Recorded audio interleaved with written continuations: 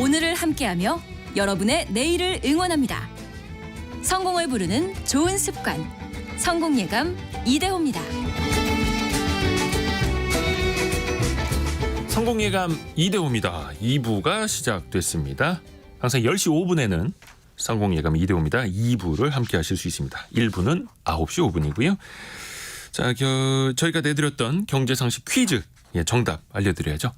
산업재해였습니다. 산업재해.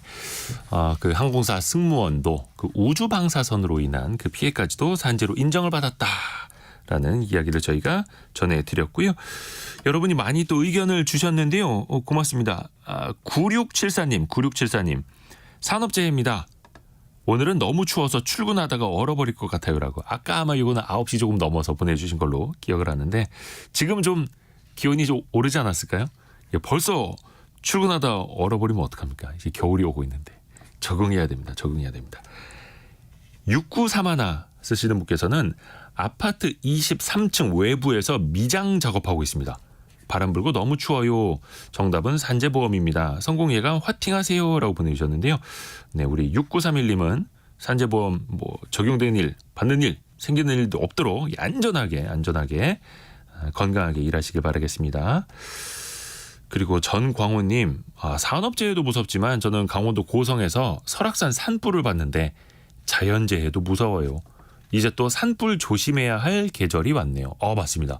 이제 또 한창 건조해지는 시기여서 산불 또 각별히 조심하시길 바라겠습니다. 우리 0314님도 산업재해 관리 감독자로서 현장에 출근해서 퇴근하기까지 모두가 안전하게 근무하시길 바랍니다. 그렇죠. 항상 모든 분들이 크고 작은 사고 없으시기를 진심으로 바라겠습니다. 오늘 증시 상황 한번 볼까요? 어제는 그야말로 폭등을 했었는데 어제 너무 많이 올라서일까요? 오늘은 좀 쉬어가는 흐름입니다. 코스피는 2% 빠진 2451, 코스닥은 1.18% 내린 829 가리키고 있고요. 원달러 환율은 어제 크게 빠졌었죠? 1,300원 밑돌았었는데 오늘은 반대로 한 5원 정도 올라서 1,304원, 1,304원 가리키고 있습니다.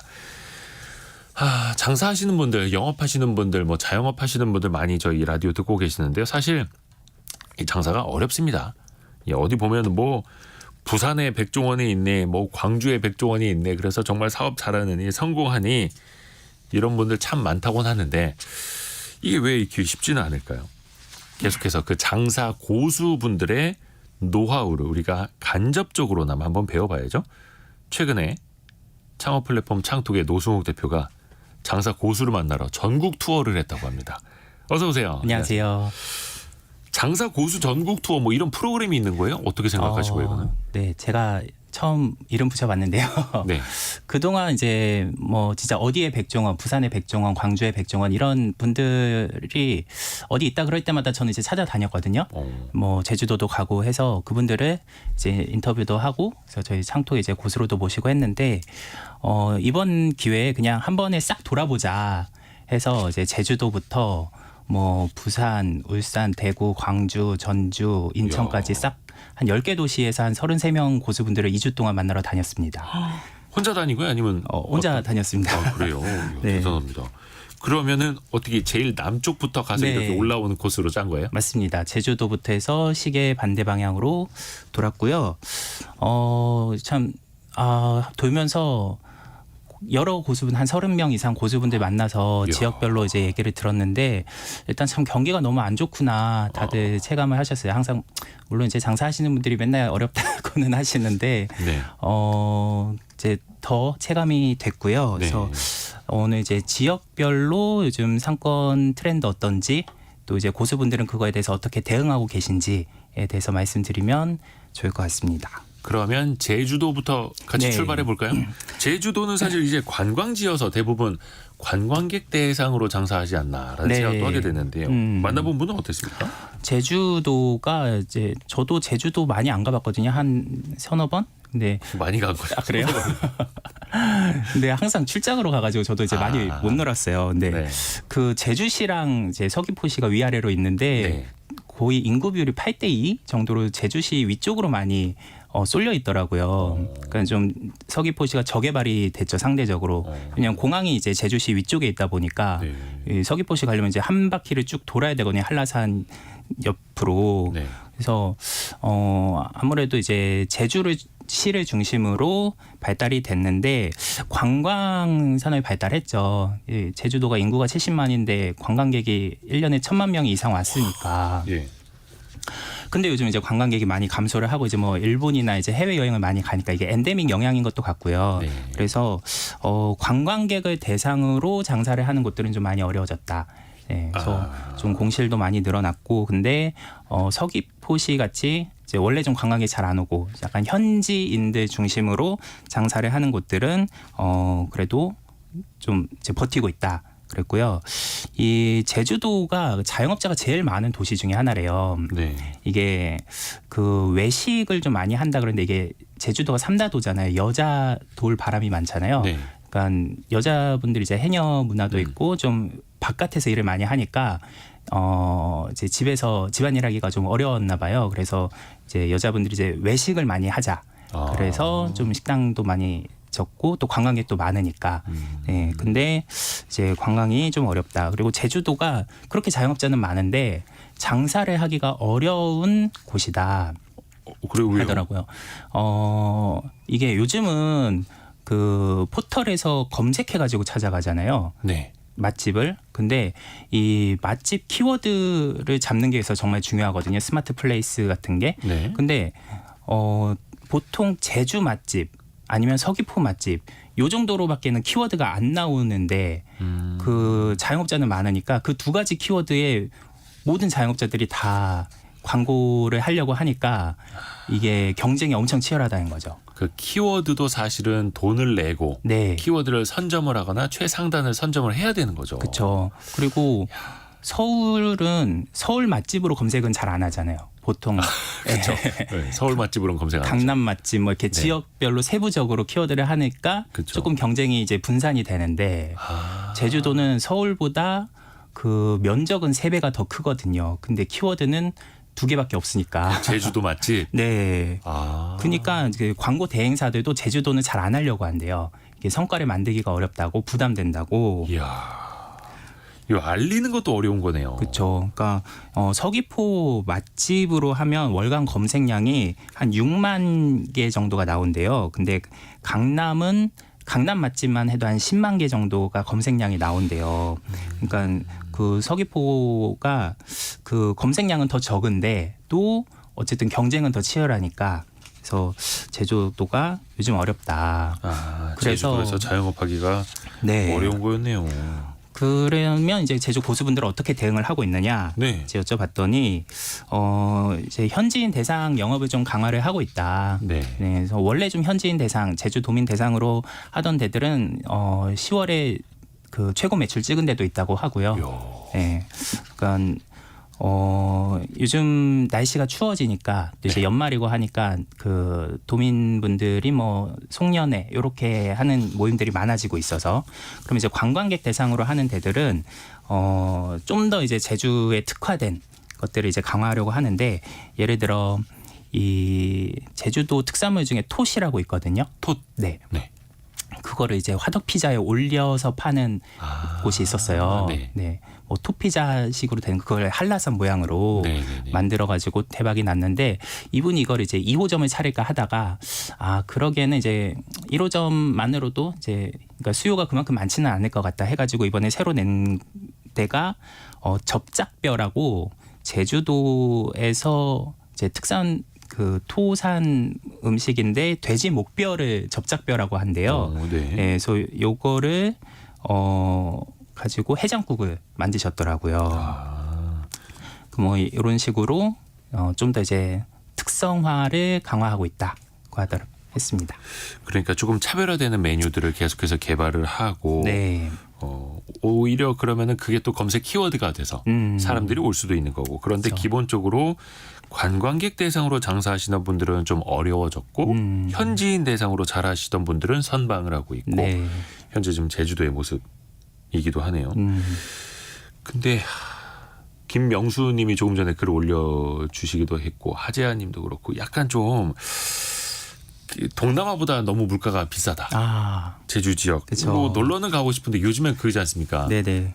속된 말입니다. 속된 말로. 제주도 갈 돈이 없어서 동남아 간다. 뭐 이렇게 우스갯소리. 이게 사실 가슴 아픈 표현이거든요. 네네. 이걸 어떻게 좀 개선을 해야 될 텐데요. 이게. 저도 이제 여쭤봤어요. 제주도 네. 좀 너무 비싸다는 얘기가 많다. 네. 그랬는데 이제 제주도 이제 그 토박이 분들이 좀 이제 애양심으로 하신 말씀인지 모르겠는데 약간 이제 변명을 하자면 제주도가 원래 이제 물 건너 오다 보니까 원래 운송료도 들고 해서 원가가 좀 비싼 편이다. 네. 그래서 제주도에 대형 서점이 없대요. 네. 그래서 어떤 고수분은 나는 나중에 성공해서 진짜 대형 서점을 만드는 게 꿈이다 이럴 정도로 그만큼 이제 잘 안 들어오려고 한다는 거죠. 대기업들도. 네. 그래서 좀 원래 원가가 비싼 편이고 또 이제 흑돼지 같은 원물 이런 네. 이제 농축산물은 이 수요가 늘어난다고 갑자기 공급을 확 늘리기는 어려운 구조거든요. 그렇죠. 네, 그래서 그 좀 수요가 확 몰렸을 때 이제 공급이 좀 딸리니까 가격이 좀 올라가는 경향이 또 있다. 바로바로 네. 공급의 대응이 원활하지 않기 때문에 네네. 섬이라서. 그리고 이 관광지 상권의 특징이기도 한데요. 확 어디가 이제 관광객이 많이 몰리면 외지인들이 또 와서 장사를 하는 경우도 많아져요. 그러니까 이제 서울에서 와서 네네네. 예, 그렇게 이제 그렇죠. 한탕하고 가는 사람들도 예. 있다. 그래서 그래서 그 지역 이미지가 좀 같이 안 좋아질 수 네. 있고 물론 뭐 외지에서 오셨다고 해서 다 뭐 나쁘게 장사하는 건 아닙니다만 네, 그 사람들 꼭 제주도민들은 아니다. 근데 물론 이제 이런 거를 지자체나 이제 도민들 중심으로 좀 단속은 필요할 것 같습니다. 지금 강인규님이 지금 엔화 환율이 860원대인데 제주도 가겠습니까라고. 네. 제주도 지금 경기 어렵다는데 뼈를 때리시고 지금. 네. 자, 그래서 제주도에서 조금 올라가 볼까요? 네. 그 다음은 부산 갔을 것 같은데요. 네, 부산은 이제 해운대랑 광안리가 이제 해수욕장으로 큰 상권인데 요즘은 아주 광안리가 압승을 했더라고요. 해운대에는 이제 요트 투어 같은 이제 레포츠를 하거나 네. 아니면 좀 젊은 분들이 헌팅하러 많이 가는 그 지역이었거든요. 네. 근데 이런 게 요즘 양양으로 많이 넘어가가지고 양양 때문에 해수욕장들이 많이 지금 다들 어렵습니다. 그 바다 대천 해수욕장도 수요가 많이 줄었다 그러고 양양 쪽으로 많이 좀 가는 그렇죠. 거예요. 네, 양양이 워낙 핫플레이스로 전국의 상권에 그런 헌팅 수요를 다 뺏어가는 것 같고요. 그래서 참 지역 간의 상권 경쟁이 점점 치열해지고 있구나 또 한 번 느꼈고요. 네. 그리고 이제 광안리는 이게 잘 되니까 이제 원래 이제 부산에서 제일 큰 상권이 서면이었거든요. 네. 예, 근데 요거 이제 광안리로 넘어간 거예요. 그러다 보니까 부산에서 장사 잘한다 하는 사람들이 다 광안리로 모여가지고 광안리가 요즘 약간은 이제 공급 과잉이 돼가지고 월세도 엄청 올라갔다고 하는데요. 그 광안리의 이제 메인 상권이 광안대교가 바라다 보이는 네. 곳이잖아요. 정면에서 이게 정면에서 바라다 보이는 데랑 이제 측면에서 바라다 보이는 데가 월세나 권리금이 2배가 차이가 난대요. 2배까지요? 네, 그러니까 그 정면의 1층 상가 같은 경우는 한 3-40평 정도 되는데 그 권리금이 한 4억 이상 된다고 하고 그 월세도 이제 한 2-3배 정도 차이가 난다. 그 이제 측면으로 보이는 데보다. 네. 그래서 지금은 오히려 광안리에서 장사하기는 어려운 시절이 됐다. 예, 지금은 이제 너무 포화가 됐다 하는 거고 차라리 부산역 주변이 낫다고 하시더라고요. 부산역이요? 네. 왜냐하면 요즘 제가 이제 기차를 타고 다녔거든요. 그러다 보니까 기차역 주변으로 요즘 스타트업을 위한 오피스들이 많이 생겨나고 있습니다. 그러니까 창조경제혁신센터 같은 것도 그렇고. 왜냐면 이제 지역별로 이제 미팅이 많은데 이제 출장을 KTX로 타고 다니면서 그냥 역에서 바로 미팅을 하기 위해서 그런 스타트업 오피스들이 생겨나고 있는데 그러면서 새로운 상권이 형성이 되고 있는 거죠. 관광객이랑 오피스가 같이 있는 복합 상권이 되면서 부산역 상권이 차라리 이제 한식이나 이런 거를 하는 게 낫다. 그리고 이제 남포동 같은 경우도 아까 광안리처럼 좀 2, 3년 전에부터 이제 임대료가 급증을 해가지고 좀 메인에 있는 곳들은 다 나갔다고 하더라고요. 아, 그러니까 잘 되는데 잘 돼서 임대료가 올라가고. 근데 네. 그게 견디지 못할 정도가 돼버리면 또 상권이 또 망가질 수도 있는 거고요. 그렇죠. 돌고 돌고 도네요. 맞습니다. 그래서 해운대 쪽은 그러면 지금 어려운 상황인 거고요. 네, 해운대는 완전 관광지 상권이라서 평일에는 유동인구가 잘 없다고 하더라고요. 평일에는 유동인구가 거의 없는 곳이에요. 아, 그리고 또 양양이라든지 다른 쪽으로도 네네. 빠진 거고요. 근데 사실 부산시가 굉장히 크지 않습니까? 네. 그리고 말씀하신 것처럼 뭐 해운대, 광안리 등등 관광지가 많이 있고 그러면 그 지역 내에서도 특정 지역으로만 좀 몰리는 경향들이 네. 있는 거고요. 그렇죠. 근데 이 안에서 그러면은 좀 장사를 하려면 어떻게 해야 됩니까? 그때그때 뭐 지역을 다 가게로 옮길 수도 없는 거고. 그렇죠. 이게 뭐 메인 상권은 좀 세가 비싸니까 이제 틈새 시장을 노려야겠는데 업종별로 지역별로 좀 이제 전략을 이제 세분화해야겠는데요. 네. 일단 기장 같은 경우에 코로나 시절에 이제 대형 카페가 좀 많았대요. 네. 그리고 이제 울산에서 넘어오시는 분들이 또 많았어가지고 코로나 때는 되게 잘 됐다. 고속도로 타고 오면 한 30분이면 도착을 한대요. 그래서 그때 이제 대형 카페나 밥집이 많이 생겼는데 요즘은 이제 엔데믹으로 이제 시내 상권이 이제 살아나고 이제 외곽 상권은 좀 죽고 있거든요. 그래서 그쪽에 이제 대형 카페들이 요즘 문을 닫고 있다 했고 이제 업종별로는 오마카세가 한동안 유행을 했잖아요. 네. 근데 그게 한 1년 전부터 그런 얘기가 나왔어요. 저거 곧 있으면 이제 많이 망할 거다. 그러니까 오래 못 간다. 네, 너무 많아져가지고. 그 뭐 저녁 한 끼에 10만 원 훌쩍 넘겨버리고 네네네. 하는데 그렇죠. 이게 금리 낮을 때는 참 젊은 사람들도 많이 가고 막 했는데 근데 이제는 그 오마카세 집도 너무 많아졌던 거예요. 그렇죠. 너무 많아졌고 가성비는 떨어지고. 네. 그래서 아니나 다를까 이제 그런 가게들이 많이 좀 문을 닫고 있고 한식당이 좀 가성비 좋게 하면 늘어날 거다, 잘 될 거다. 근데 막상 또 한식으로 창업하는 분들은 잘 없대요. 왜냐하면 백반 생선구이 이런 데가 은근히 없는 게 일이 좀 이제 반찬 준비하고 하려면 일이 많고 네. 좀 있어 보이지는 않는다. 그래서 젊은 분들이 창업은 잘 안 한다. 아, 오히려. 네, 그래서 오히려 그게 더 틈새 시장이 될 수가 있다 하더라고요. 굳이 한정식까지는 아니더라도 네. 한식 식당이 오히려 이제는 더 차별적으로 보일 수가 있는 거예요. 네.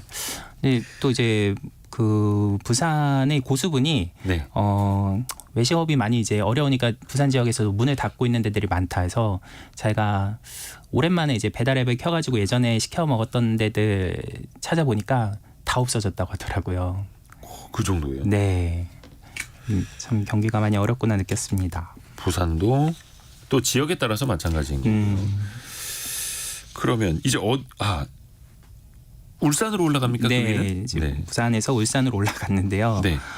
울산은 참 낀 도시라는 말이 맞을 것 같아요. 끼어 있다고요? 네, 부산과 대구 사이. 그래서 그 양쪽으로 빨대효과라 그러죠. 이제 더 광역 상권들이 있으니까 그쪽으로 가서 소비를 하는 분들이 많아서 좀 울산의 내수는 좀 많이 뺏기고 있다. 그런 울산 학생들 지역도 있더라고요. 뭔가 좀 중공업 경기에 따라서 좀 많이 네, 좌우되는 걸로 알고 있는데, 근데 그거랑 상관없이 소비를 하는 지역 곳은 자체가 네. 부산이나 대구로 좀 나갈 수도 있다 사람들이. 네, 그리고 이제 공업 도시잖아요. 예. 그래서 약간은 노잼 도시다 이런 얘기도 좀 했고. 그 안에서 소비를 하기에는 네, 그래서 이제 울산에도 백화점이 있고 명품관이 네. 있는데 널널하다고 하더라고요. 이제 부산 센텀시티 이런 데 가가지고 많이 소비를 한다 그러고. 또 교통이 좋아져서. 네. 그리고 이제 이런 광역시급에서도 약간 조금 작은 도시, 네. 한 인구 100만 안팎 요런 도시들의 특징인데 이제 상권이 확 크지는 않다 보니까 어디에 뭐 하나 생기면 우르르 간대요. 이제 소문은 금방 나는데 그만큼 이제 확 몰렸다가 확 빠진다. 그래서 울산도 몇 년 전에 어떤 야시장이 확 살아나서 붐볐는데 3개월 만에 시들해졌다고 하더라고요. 3개월밖에 못 갔다고요? 네네. 야시장이. 그러니까 좀 유행을 더 많이 탈 수도 있겠네요.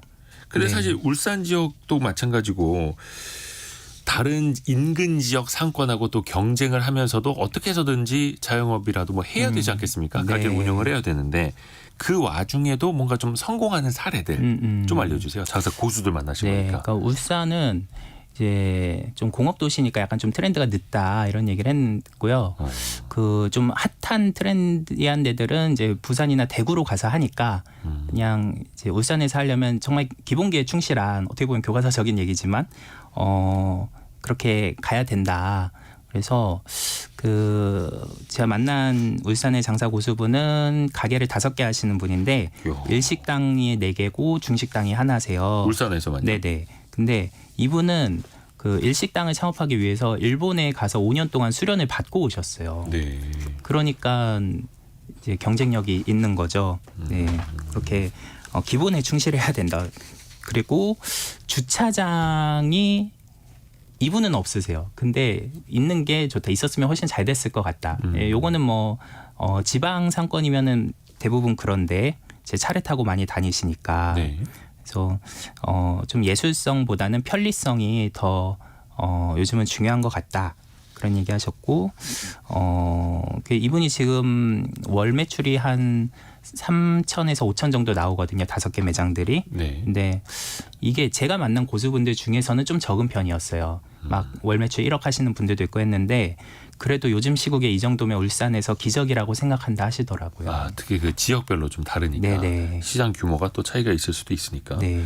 그리고 아까 울산 지역 분들이 이제 소비할 때 부산이나 대구로 좀 넘어간다라고 이야기를 해줬는데 그러면 대구로 한번 가볼까요? 네. 울산 찍고 이제 대구로 갔더니 그 대구는 제조 대기업이 잘 없어가지고 네. 약간 울산이랑 반대되는 상황이었어요. 그러니까 울산은 그래도 대기업이 있잖아요. 이 현대중공업 같은. 그래서 부동산 경기가 좋았을 때는 이제 장사 잘 됐는데 네. 요즘 이제 부동산 경기가 많이 꺾였잖아요. 그 수성구가 이제 대구의 강남이라고 하는 지역인데 이제 고점 대비 한 40-50%가 그 부동산 경기가 떨어졌다고 하더라고요. 그러면서 좀 소비가 많이 위축이 됐다. 그랬고 이건 이제 장사하시는 분들이 체감하시는 거죠. 네. 그리고 동성로가 이제 메인 상권인데 여기도 이제 장사 잘 될 때는 막 30-40평 가게가 월세가 2천만 원까지 되기도 했대요. 근데 이러니까 여기도 이제 월세가 너무 올라서 젠트리피케이션이 요즘 일어나고 있다. 아, 그래서 그러니까 장사하시던 분들이 이제 밀려나던 거네요. 네, 너무 비싸지니까 이 동성로 옆에 교동이라는 지역이 있대요. 네네네. 여기가 이제 서울로 치면은 성수동처럼 좀 젊은 친구들이 많이 가는 지역인데 여기가 이제 상대적으로 많이 뜨고 있다. 그래서 감성 주점이나 고깃집 이런 곳들이 그쪽으로 몰리고 있고 원래 이제 교동이 성수동도 수제화 거리나 이제 네. 공업 지역이었잖아요. 서울에. 네네. 그런 것처럼 교동도 무슨 귀금속이나 이런 것들이 이제 유명한 지역이었는데 대구 동성로에 이제 대구백화점이 생기면서 상권을 뺏겼다가 다시 이제 대구 동성로가 너무 비싸지니까 교동으로 돌아오고 있다. 그러니까 참 상권이 돌고 도는구나. 근데 사실 대구의 동성로가 많이 침체됐다는 이야기 얼마 전에 뭐 뉴스 통해서도 봤는데 저 예전에 뭐 한 10여 년 전에 대구에 잠시 있기도 했었습니다만 대구에서는 그냥 어디서 만날까요? 시내에서 만나. 그럼 다 동성로였어요. 그냥 시내에서 보자면 동성로. 네. 그거 외에는 그냥 다른 선택지가 없었거든요. 네. 근데 동성로가 이렇게 침체될 줄이야. 근데 또 반대로 사람들이 떠나가고 그래서 임대료가 좀 다시 낮아지면 또 다시 좀 그쪽으로 그쵸. 상인들이 들어올 수도 있는 거고요. 네. 돌고 돌고 도는 거니까. 맞습니다. 자, 그러면 이제 제주도에서 경상도 좀 한번 훑어봤습니다. 네. 그러면 이제는 전라도 호남 지역으로 갑니까? 네. 다음은 이제 광주로 갔는데요. 광주. 광주는 이 관광객이 적다. 이게 제일 아킬레스건이었어요. 그러니까 광주 하면 떠오르는 관광지가 있으실까요? 그냥 뭐 음식 맛있기로는 유명한데 그죠. 맛의 고장. 딱히 어디를 가야 될지. 그렇죠. 그러니까 전라도는 여행 가면은 전주나 여수로 가죠. 네. 예, 광주까지는 잘 안 온다. 그러다 보니까 이제 내수 의존이 강하고 그러면서 이제 상대적으로 지역성, 토착성이 강해진 상권이더라고요. 그래서 이제 프랜차이즈도 많이 발달을 안 했고요. 그래서 딱 생각해 보시면 광주에서 만들어져서 이제 전국으로 확산된 프랜차이즈가 거의 없어요. 근데 교촌치킨, 뭐 호식이 2마리 치킨 이런 것들은 이제 대구에서 만들어져서 올라오고, 네, 부산이나 이런 데서 올라온 것들이 있거든요. 네네네. 네, 설빙도 부산에서 시작이 됐고, 그래서 이제 광주 분들도 이제 소비를 이제 내수 위주로 하는데 이러다 보니까 외지인들이 들어가서 장사하기는 좀 어렵다 하더라고요. 네네. 예, 이게 좀 안 좋게 말하면 이제 텃세가 좀 있어가지고 이제 얘기하다 보면은 좋은 뭐 다른 건 좋은데 근데 광주 아닌디 뭐 이런 식으로 얘기를 해서 좀 영업하기도 좀 어려웠다. 네. 그러니까 좀 외지인이 가서 사업을 하기도 좀 쉽지가 않고, 네. 그리고 그 안에서 자영업이 더 발달을 해서 외부로 프랜차이즈까지 확장하는 것도 또 쉽지가 않고, 네. 그런 좀 독특성이 있다라는 거. 그러면 이제 광주에서는 어떻게 장사를 해야 되냐 네. 했더니 현지인들한테 이제 맞춰야죠. 이거는 이제 그 제주도도 마찬가지인데 제주도도 이제 현지인 장사할 때는 좀 그 토착성 이런 게 좀 중요하거든요.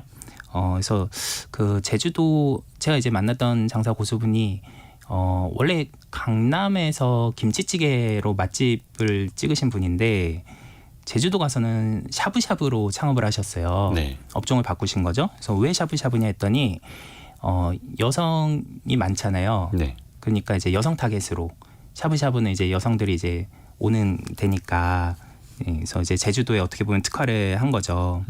그런 식으로 하고 그다음에 뜨는 프랜차이즈를 초기에 잘 가져오면 성공한다. 근데 그거는 전국 어디는 마찬가지죠. 그렇죠. 어디나 마찬가지인데. 네, 그래서 좀 장사하기 어려운 지역인 것 같다 싶었습니다. 그러면 아까 그 관광객이 많이 간다는 전주시는 어떻습니까? 전주 네. 쪽은 그러면 자영업을 하기에는 조금 수월할까요? 어때요? 그 전주는 또 광주랑 반대로 예. 관광객은 많이 오는데 내수가 작다는 게 좀 약점이었고요. 그 일장일단이 다 있네요. 네. 그러니까 아까도 이제 대구랑 울산이 또 좀 반대였잖아요. 네. 그 제조 대기업이 있느냐, 내수가 크냐 그 차이듯이 서로 부러워하더라고요. 서로 못 가진 부분들을. 네네. 그리고 이제 전주는 한옥마을이라는 이제 큰 관광지는 있지만 여기를 찍고 그냥 당해치기로 올라가는 경우들이 많이 있다고 하더라고요. 그래서 전주시에서도 한옥마을 들렀다가 다른 데도 또 가볼 수 있도록 그래서 좀 체류 기간을 늘릴 수 있도록 좀 외곽으로 이제 새로운 개발을 하고 상권을 이제 개발하고 있다고 했습니다. 계속해서 상권을 또 개발을 한다. 네. 한옥마을만 있는 게 아니다. 네.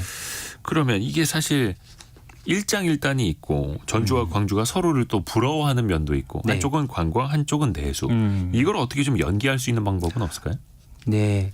그러니까 이게 관광이 정말 외식이랑 밀접한 키워드거든요. 그렇죠. 나가면 어디선가 뭘 네. 먹어야 되니까. 미슐랭 가이드도 관광객들 대상으로 그 가이드를 주는 거잖아요. 네. 네. 그런 것처럼 그러면 이제 전주를 내려갔을 때 다른 지역도 같이 둘러볼 수 있게 전라도 내려가는 김에 광주까지 찍고 올 수 있게 이런 연계된 그 관광 상품을 개발해 보면 어떨까 싶었는데요. 이게 나라와 나라도 마찬가지인 게 그 2010년대 중후반에 이 저가항공이 막 활성화되면서 그 세계적으로 이제 관광 산업이 발달을 했는데 한국이랑 일본 관광 산업도 그때 이제 많이 발달했거든요. 근데 한국, 일본의 관광객의 문제가 뭐냐면 그 동남아 멀리서 와봐야 동남아 지역이고 이제 워낙 서양에서는 머니까 미국이나 유럽에서 오는 사람들이 적다. 근데 그 멀리서 오는 사람들이 좀 오래 체류를 하거든요. 그래서 돈을 더 많이 쓰고 간다. 그래서 뭐 한국이나 일본에 왔을 때 좀 문화권도 비슷하고 하니까 다른 나라를 같이 방문할 수 있도록 공동으로 여행 프로그램을 만들어 보자. 이런 게 이제 한일 비즈니스 포럼에서 좀 나왔던 아이디어거든요. 네네네. 그런 거를 전주와 광주 또는 대구와 울산 이런 식으로 지역별로도 연계한 상품을 개발해 보면 어떨까 싶었습니다. 물론 뭐 쉽지는 않겠습니다만 쉽지는 않을 그렇죠. 네. 9987님 자영업자들 쉬운 곳이 하나도 없네요. 어디든 마찬가지입니다. 근데 네. 저희가 또 이제 되는 방법을 또 계속해서 그 틈틈이 살펴보는 거고요. 네. 자 그러면 이제 충청도로 가볼까요? 네, 이제 대전으로 갔는데요. 네. 대전도 이 젠트리피케이션이 일어나고 있었습니다. 이 대전에서 제일 큰 상권 하면 이제 둔산동이라고 둔산. 네, 있는데 이 요즘은 둔산동이 살짝 지고 둔산동 옆에 이제 갑천이라는 네. 하천을 건너면 차량으로 10분 거리에 복명동이라고 있는데 복명동. 네, 여기에 요새 좀 새로운 빌딩들이 많이 들어서면서 상권이 좀 활성화되고 있다고 하더라고요. 그러니까 예전에는 그 지역 복명동이 이제 유성구 쪽에 있는데 그쪽에 있는 분들도 복명동 안 가고 저 둔산동으로 왔었는데 요즘은 이제 그쪽으로 많이 넘어가고 있다. 네. 그래서 이 복명동이 이제 오피스가 많이 생겨나면서 이 구매력 있는 직장인들이 많아지니까 좀 사무실들이 많이 들어오면서 네, 이제 핫플레이스들 약간 객단가 높은 그런 것들도 복명동으로 넘어가고 있었습니다. 아하. 그러면 복명동이 사실 뜨고 있으면 그러면 네. 장사 고수들도 그쪽으로 몰려갑니까? 아니면 또 다른 뭐 차별적인 전략이 있답니까? 네, 그 둔산동에서 크게 이제 가게를 주점을 하시던 분이 이분이 가게를 한 4-5개 정도 하시는데 그죠. 사실 이게 자영업으로 가게 하나 정도 하시는 분들은 네, 옮겨가기는 정말 쉽지 않고 맞아요. 근데 한 서너 개, 너댓 개 하시는 분들은 그중에 한두 개를 다른 점포로 돌리면서 그렇죠. 전략적으로 또 이 행동을 하시죠. 포트폴리오 분산 투자하듯이 네. 최근에 그 복명동으로 매장을 내셨는데 어허. 이분이 그 복명동에 이제 주차장을 허물고 이제 새로 건물을 지은 데가 있었대요. 네. 거기 1층 상가에 들어가려고 건물주한테 4개월 동안 연락을 계속했대요. 그래가지고 1층 자리를 잡으려고요. 네, 왜냐하면 거기에 가게를 내려고 한 분들이 20명 가까이 대기를 하고 있었대요. 그 정말 좋은 자리였나 보네요. 그 이유가 바닥 권리금이라고 있거든요. 예. 이제 입지가 좋으면은 그냥 장사가 되든 안 되든 일단 그 바닥 권리금 주고 시작하는데 처음에는 빈 건물, 새로 지은 건물에서는 권리금이 없으니까. 근데 그 주변에는 바닥 권리금이 한 1-2억 정도 됐거든요. 그러니까 여기는 창업하면 무조건 1-2억은 먹고 들어간다. 줄 설만 하네요. 네. 줄 서야겠네요. 그렇게 해서 그러면 어떻게 그 건물주의 마음을 사로잡았냐. 그렇죠. 네, 했더니 자기가 이제 가서 PT까지 했대요. 내가 이 가게를 어떻게 창업을 하고 이 건물 가격을 올릴지. 근데 내가 이 장사만 잘하는 게 아니라 건물의 가치까지 높여드리겠다.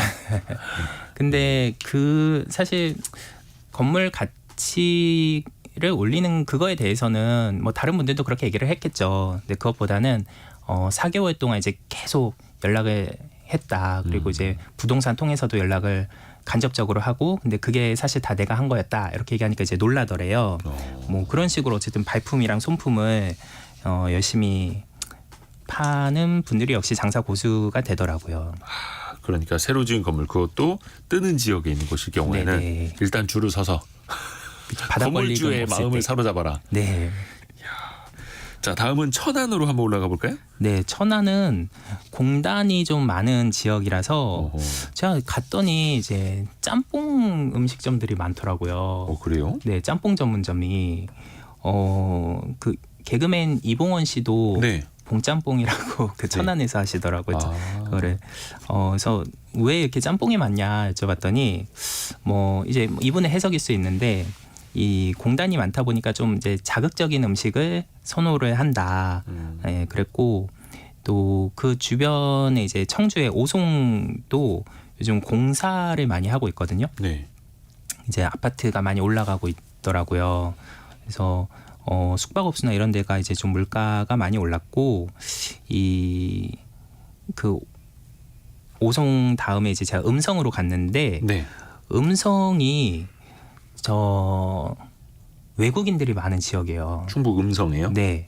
그 저희 어머니도 이 충북 음성에서 순댓국집을 하시는데 아, 네. 그 어머니 만나뵈러 갔다 온 거예요? 제가 근데 바빠서 어머니는 못 뵀어요. 아, 전국 투어를 하면서? 네. 그 원래 가려고 했는데 아무튼 그 음성이 인구가 한 8, 9만 정도 되는데 네. 외국인 인구가 한 15,000명 돼요. 한 6, 7명 중에 한 명이 음성이고 그래서 전통시장도 가봤더니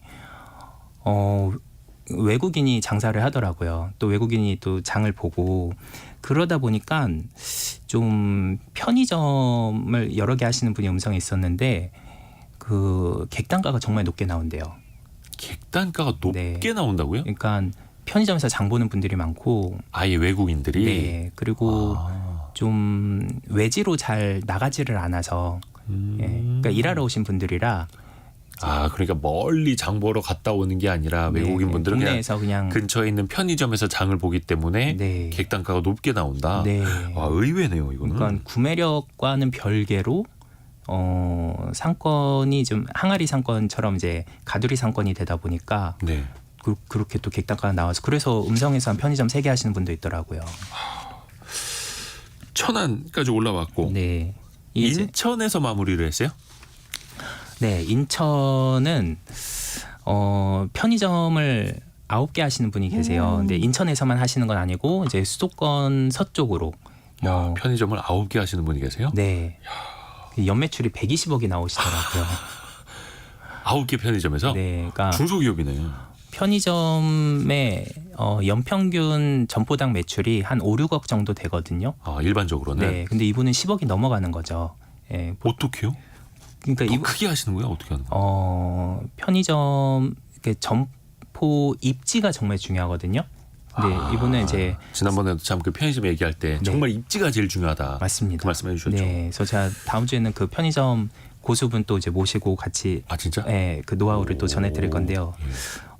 입지가 거의 85%다라고 말씀하세요. 근데 그 독점할 수 있는 상권을 독점할 수 있는 입지를 잘 찾는 게 핵심인데 네. 이분은 이제 인천, 김포, 일산 이렇게 수도권 서쪽으로 많이 출점하는 이유가 수도권 동쪽은 이제 개발이 거의 끝났다. 수도권 동쪽은 네. 그리고 이제 더 넘어가면 강원도니까 네. 약간 이제 확장 가능성이 작다. 근데 요즘은 산을 넘어야 되니까. 네. 근데 서쪽은 김포 또 요새 좀 핫하게 얘기가 나오지만 뭐 또 이제 3기 신도시 일산이랄지 또 인천 계양, 검단, 송도, 영종도 이런 데들이 다 이제 막 개발을 하고 있대요. 그래서 개발 수요가 많고 또 규제는 상대적으로 좀 강하지 않고 그래서 이쪽으로 좀 개발 수요가 많은 쪽에서 새로운 기회들이 있을 거다 해서 매장을 많이 내고 있더라고요. 그 고수분 한번 만나보고 싶네요. 네, 제가 다음에 또 다음 시간에 기대하고 있겠습니다. 네네. 자, 근데 여기서 우리가 또 하나 배울 점을 찾아봐야 되겠죠. 아까 뭐 젠트리피케이션이라고 해서 네. 기존의 상인들이 월세가 너무 많이 올라서 이제 밀려나는 현상도 공통적으로 이제 발견을 했는데 맞습니다. 뭔가 좀 잘 되는 분들 지역별로 그 공통점 좀 전략 좀 살펴볼까요? 네, 그 참 장사 고수분들이 부동산을 확실히 잘 아시더라고요. 그러니까 아까 이거 어떤 분이지?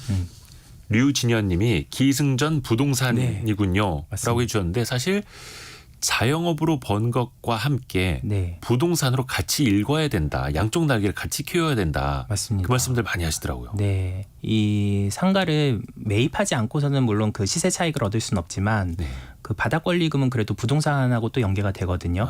그 권리금은 얻을 수가 있으니까요. 임차인도. 그리고 어느 상권이 뜨는가 이런 것들을 이제 잘 봐야 되는데 그런 거는 사전에 이제 어디에 그러면 새로 뭐 아파트가 지어지는가, 입주가 늘어나는가 이런 것들하고 연계가 되니까요. 항상 레이더를 돌리고 있어야죠. 네, 그리고 라이프 스타일 변화도 이제 잘 봐야 되는데 확실히 아까 기장 말씀드렸듯이 코로나 때 잘 나가던 데가 엔데믹으로 이제 잘 안 되고 이런 경우들이 있거든요. 근데 요즘은 이제 코로나 3년 동안 이제 라이프 스타일이 바뀌었다. 그래서 2차, 3차 가는 이제 소비 문화가 많이 사라졌다. 그래서 1차에서 다 밥과 술을 같이 할 수 있는 프랜차이즈들이 요새 뜨고 있거든요. 가성비 막 이런 것들이요. 그런 것도 있고 이제 안주가 맛있는 술집 예, 그런 데는 이제 배도 채우면서 1차, 2차를 같이 할 수 있는 거죠. 예, 그래서 2차로 주로 가는 데들 그러니까 예를 들면 저가 맥주, 맥주, 네, 저가 맥주 이런 데들은 안주가 정말 간소하거든요. 네네네. 네, 근데 그런 한때 데들은 이제 잘 엄청 안 간다는 거죠. 한때 엄청 유행이었었는데. 네네, 1차에서 다 배 채운다는 거죠. 아. 네. 이런 것들이 좀 메가 트렌드가 변하는 거에 발맞춰서 선제적으로 투자를 하고 아이템을 선점하는 게 중요할 것 같습니다.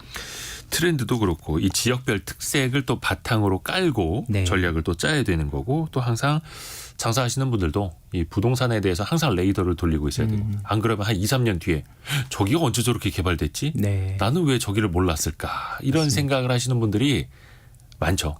뭐 저도 그렇고 해서 이렇게 창업 트렌드 통해서도 여러분께 계속해서 변화하는 그 흐름을 여러분께 알려드리고 있습니다. 네. 창업 플랫폼 창톡의 노승욱 대표와 함께했습니다. 고맙습니다. 감사합니다. 라디오 정보센터도 다녀오겠습니다.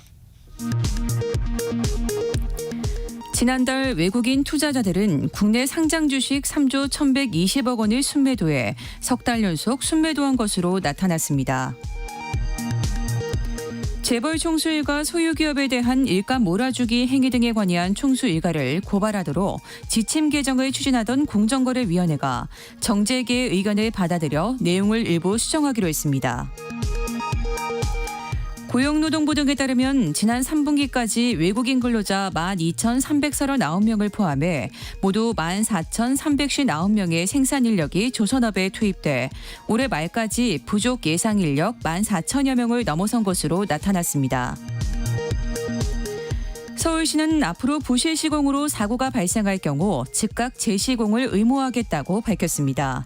지금까지 라디오 정보센터 뉴스 정한나였습니다.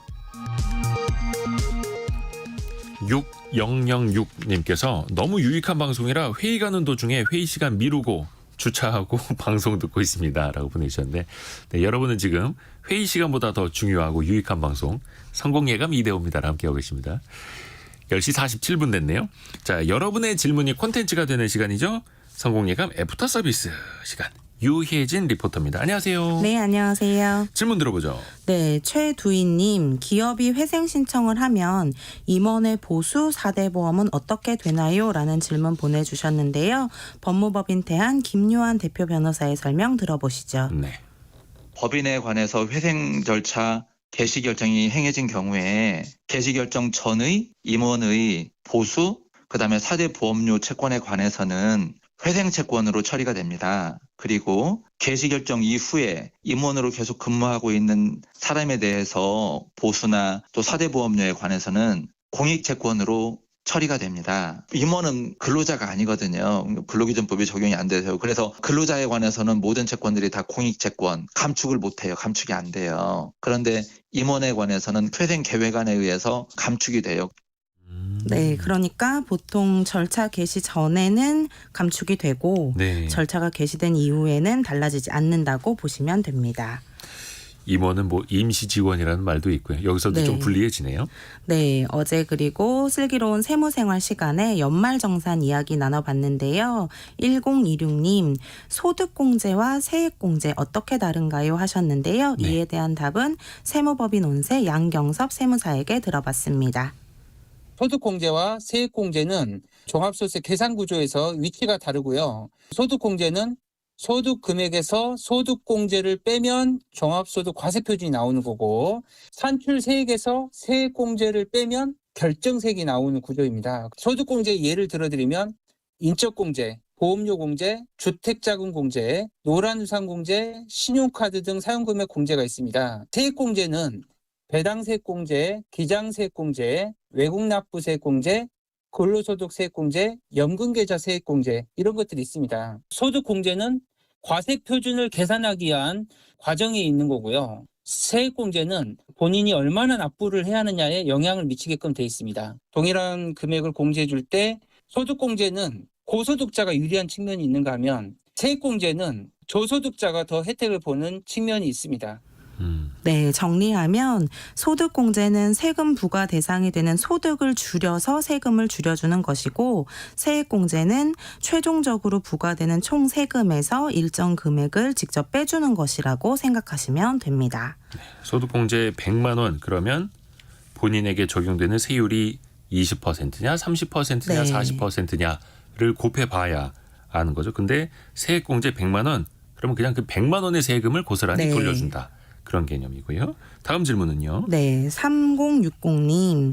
개인 사업자는 법인에 비해 세금 부담이 큰 것 같아요. 저도 법인으로 전환하는 게 유리할까요? 하고 문자 주셨는데요. 네. 3060님의 업종과 현황을 전달하고 양경섭 세무사에게 자문을 구해봤습니다. 일단 약 14억의 이익이 9,800만 원이라면 소규모 사업자입니다. 저라면 안 하겠습니다. 공제 없이 9,800만 원의 이익이 과세표준이라고 그냥 가정을 했을 때 소득세는 1,886만 원이거든요. 실제로는 이것보다 더 줄어들겠죠. 근데 법인은 882만 원이거든요. 1,004만 원 정도 차이가 나거든요. 엄청나게 차이가 날 것처럼 생각이 되시겠지만 법인에서 돈을 가지고 오면 또 세금을 내야 하거든요. 가지고 오는 순간 그게 차이가 줄어들고요. 또 4대 보험도 부과가 되고요. 법인을 운영하는 데 대한 비용이 많이 들어갑니다. 개인의 경우에는 돈을 벌면 사실 마음껏 써도 됩니다. 법인의 경우에는 소득의 배분 절차가 필요한 거죠. 그리고 돈을 넣고 빼는 게 다 회계처리를 해야 한다는 거. 이런 것들이 차이가 있고, 그런데 이런 게 있죠. 이분이 계속해서 매출이 상승될 예정이고 결국은 언젠가는 해야 한다면 지금부터 하는 것도 저는 추천을 드립니다. 크게 손해는 아니라는 거죠. 그렇죠. 단순히 그 소득세율과 법인세율만 비교할 게 아니라 네. 그 이전 비용 법인 안에서 번 걸 가지고 내가 또 월급을 받는다면 또 한 번 소득세를 내야 그쵸. 되고 그런 부차적인 것도 생각을 해야 되는 거고요. 하나 더 짧게 들어볼까요? 네, 어제 도너리 투자백서 시간에 건강보험 종합계획이 12월에 발표된다는 소식 전해드렸는데요. 5602님, 지금 건강보험료 피부양자 등록 가능한 소득 기준이 얼마인가요? 소득은 세전인가요? 세후인가요? 하셨습니다. 일단 전체 소득 3,400만 원 이하여야 하고요. 사업자 네. 등록증이 있다면 수입이 아예 없어야 피부양자로 등록할 수 있다고 합니다. 네. 사업자 등록이 없을 경우에는 예를 들어서 소득이 있다면 네. 소득이 500만 원 이하여야 피부양자가 될 수 있다라는 거고요. 또 여기에다가 재산 기준은 또 별개로 있다 보니까 네. 이게 산정하기가 굉장히 복잡해지더라고요. 자, 오늘 유혜진 리포터와 함께했습니다. 고맙습니다. 감사합니다. 자, 6252님이 너무 추워요. 갑자기 추워져서 그런가 대우님의 따뜻한 멘트 많이 해주세요. 세상이 따뜻하게. 예. 제가 할 수만 있다면 더 따뜻하게. 이렇게 살아. 자, 점점 더 추워지는데요. 예, 이제 추워지는 건 당연하죠. 겨울이 오고 있으니까요. 항상 건강관리 잘하시고요. 성공예감 여기서 마치겠습니다. 내일 아침 9시 5분에 또 다시 따뜻하게 돌아오겠습니다. 성공예감은 오늘도 여러분을 응원합니다.